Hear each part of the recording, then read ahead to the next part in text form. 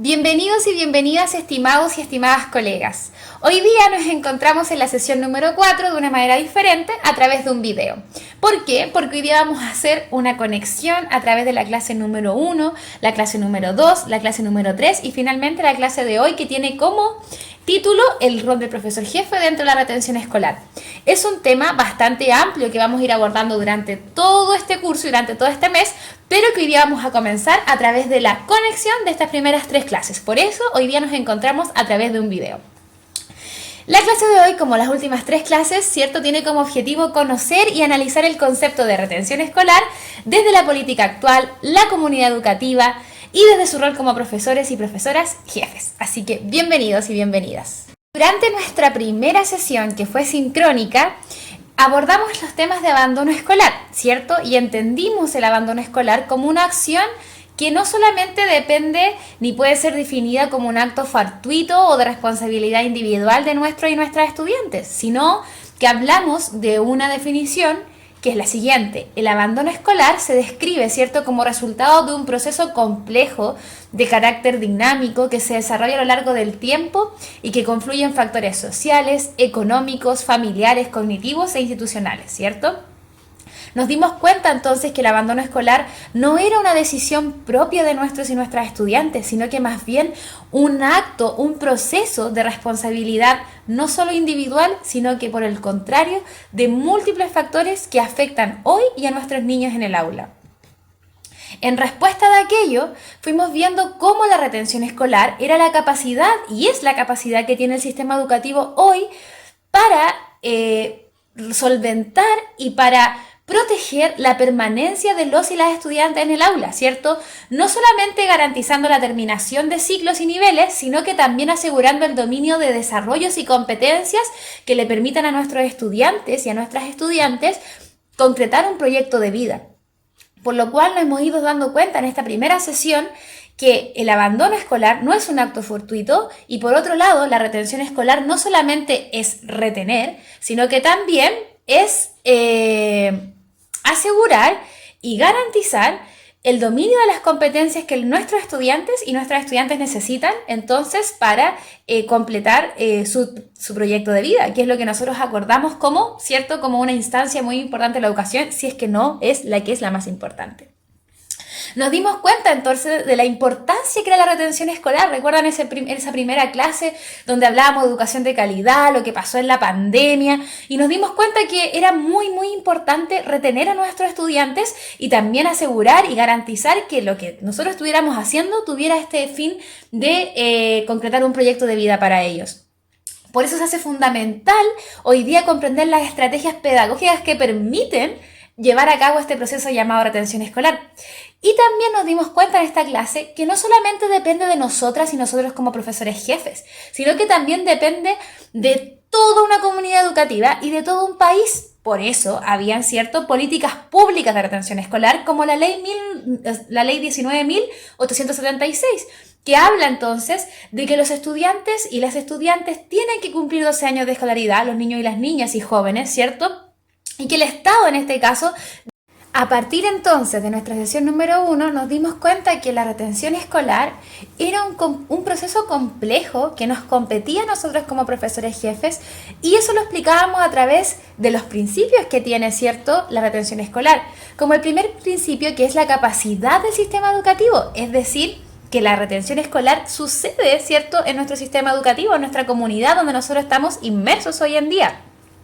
Se construye ¿cierto?, a través de una estrategia en común. Es decir, yo les explicaba y comentábamos esa vez, y vuelvo a repetir, que no solo recae en nosotras y nosotros como profesores jefes, sino que también en nuestros directivos, asistentes de aula y toda una comunidad educativa que tiene como estrategia principal la retención escolar, ¿cierto? Asimismo, el tercer principio, que va de la mano con el segundo, implica entonces un compromiso de toda la comunidad educativa y no solo de algunos entes.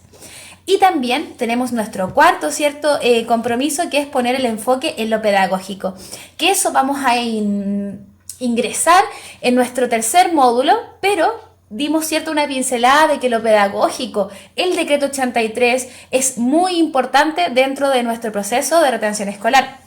Involucra también, dentro de esta misma idea, prácticas contextualizadas, como lo dice también el decreto 67, ¿cierto? Además, tenemos como un otro principio, es un proceso reflexivo, ¿cierto? Coordinado, de investigación, que es como lo que estamos haciendo nosotros hoy día, ¿cierto? Comentando, averiguando de qué se trata este proceso de retención escolar, por qué somos tan importantes para este proceso, nosotros los profesores jefes, ¿cierto? Y el otro principio y el último es que es sostenible en el tiempo. Cuando encontramos nuestras estrategias de retención escolar, en nuestro caso, desde nuestro rol como profesores jefes, vamos a poder sostener esto en el tiempo. Eso fue entonces nuestra principal, ¿cierto? Materia y contenido de nuestro módulo, de nuestra sesión 2. Y también lo acompañó, ¿cierto? Los factores del estudiante. Factores sociales, ¿cierto? Factores del establecimiento y factores del mismo estudiante. Y ahí tuvimos nuestra primera evaluación. ¿Recuerdan? El foro donde nos preguntamos qué tienen que ver o cómo se relacionan los principios y los factores de la retención escolar. Ahí yo pude comentar y ver cómo nos dimos cuenta que los principios tenían que ver, ¿cierto?, con este macro del estudiante y con esta vida diversa social, culturalmente que tiene el estudiante y cómo tienen que sí o sí conectar los principios con los factores del estudiante, factores contextuales, factores emocionales, factores del establecimiento que vendrían a ser los principios, ¿cierto? Y ahí encontramos esta relación de los principios con los factores del establecimiento y que el factor del establecimiento, entonces luego nos encontramos con la sesión 3, ¿cierto? Esta sesión donde nos focalizamos en los factores de los estudiantes del siglo XXI y también en la diversidad social y cultural que nos encontrábamos en nuestra aula a través también de otros factores. Profundizamos en la idea de los factores, ¿cierto?, del entorno, como la escolaridad de los padres, la calidad del cuidado, situación socioeconómica, habitabilidad, forma de socialización. Luego también profundizamos en los factores del establecimiento, ¿cierto? Estos factores que se relacionaban estrechamente con nuestros principios de la retención escolar, que vimos en la segunda sesión, que fue una pista, ¿cierto?, para el foro. Estos factores de establecimiento que eran las políticas, ¿cierto?, del establecimiento. Nos hablaban del tipo de convivencia y ambiente escolar que se da entre los estudiantes y entre estos y los docentes, las representaciones, creencias y perjuicios y expectativas que tienen los docentes y equipos directivos acerca de lo y las estudiantes, la identificación temprana de los estudiantes, ¿cierto?, en riesgo, la gestión y la capacidad de liderazgo, que es cosas que vamos a ir avanzando y profundizando. Y también en esta parte de los factores de establecimiento dijimos que era muy importante el decreto 83 y el decreto 67. También son estrategias que vamos a ir viendo de a poquito, vamos a ir profundizando, pero las nombramos, ¿cierto?, en los factores del establecimiento. Y finalmente teníamos los factores del estudiante, que son la edad, los problemas de salud física y mental, desempeño educativo actual, experiencias educativas pasadas, comportamiento y conductas de riesgo, ¿cierto?, actitudes, valores y habilidades. Después de eso, ¿cierto?, nos dimos cuenta entonces que sí existe una diversidad social y cultural en el aula. Como cada niño hay cada factor, contextual, cada factor personal, y eso hace que en una sala de 30, 40 o más estudiantes haya una diversidad social y cultural tremenda, ¿cierto? Y hablábamos, ¿cierto?, que esta variedad de diferencias que existe entre personas u organizaciones es lo que llamamos entonces esta diversidad social, la cual nosotros bien sabemos, y ustedes lo saben, nos encontramos todos los días en el aula.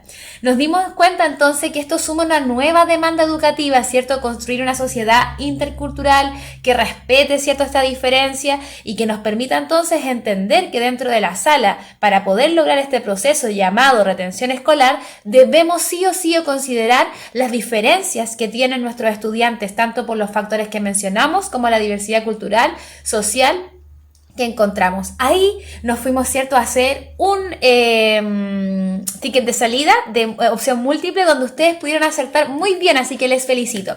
Y ahora entonces nos vamos a nuestro video de la sesión número 4, el rol del profesor jefe, en todo este resumen de nuestro primer módulo.